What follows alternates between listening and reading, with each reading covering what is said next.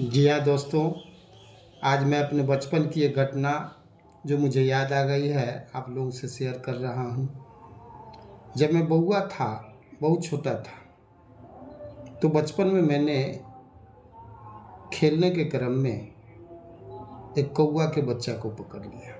हमारे गांव में एक पीपल का पेड़ है जिसके छांव में हम लोग गर्मी के दिनों में खेला करते थे। खेलने के क्रम में बहुत ही नवजात बच्चा मुझे मिला।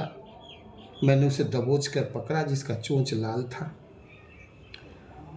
घर ले जाकर मैंने दादी को दिखाया और कहा कि इसके लिए पिंजरा मंगवा दो। दादी बोली कि कौवा के बच्चा को नहीं पाला जाता है, इसको छोड़ दो, नहीं तो तुम्हारा चोटी नोच लेगा, बाहर निकलने नहीं देगा।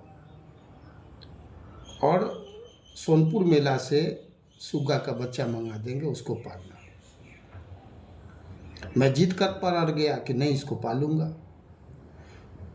जब मैं उस बच्चे को ला रहा था, उस बच्चा को लाने के क्रम में कुछ कौवे ने मुझे देख लिया और कुछ ही मिनटों में झुंड के झुंड कौवा आने लगे,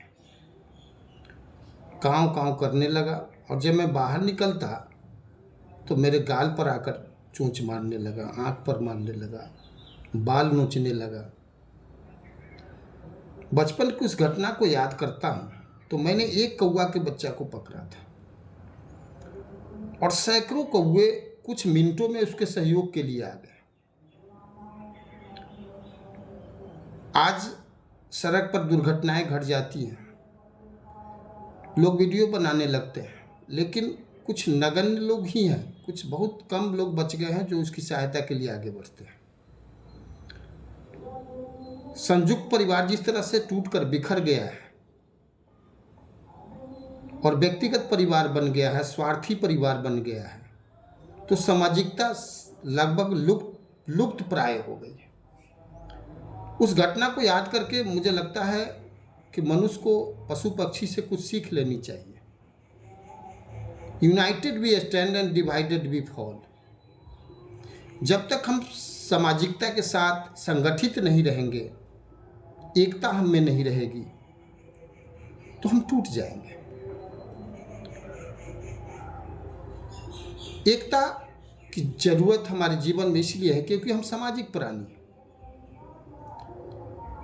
आज इतनी वैमनस्यता, ईर्ष्या, द्वेष हो गया है कि घर में कोई फंक्शन होता है तो भाई भाई को नहीं पूछता है।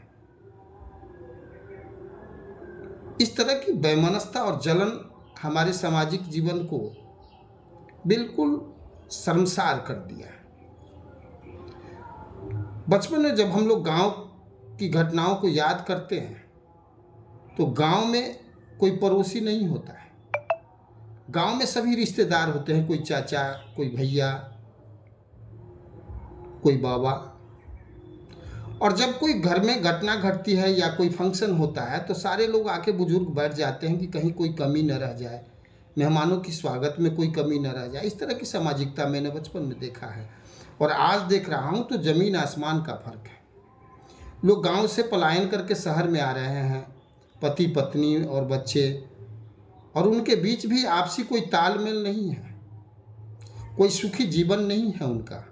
इसलिए दोस्तों, निवेदन करूंगा कि फिर से अपनी उस सामाजिक जीवन की ओर, उस पौराणिक जीवन की ओर समाज को लौटना होगा और उस विधि व्यवस्था को पुनर्जीवित करना होगा। और तभी हम अपने सपनों का भारत, एक उज्जवल भारत, 21वीं सदी के भारत की परिकल्पना कर सकते हैं। जय हिंद, जय भारत।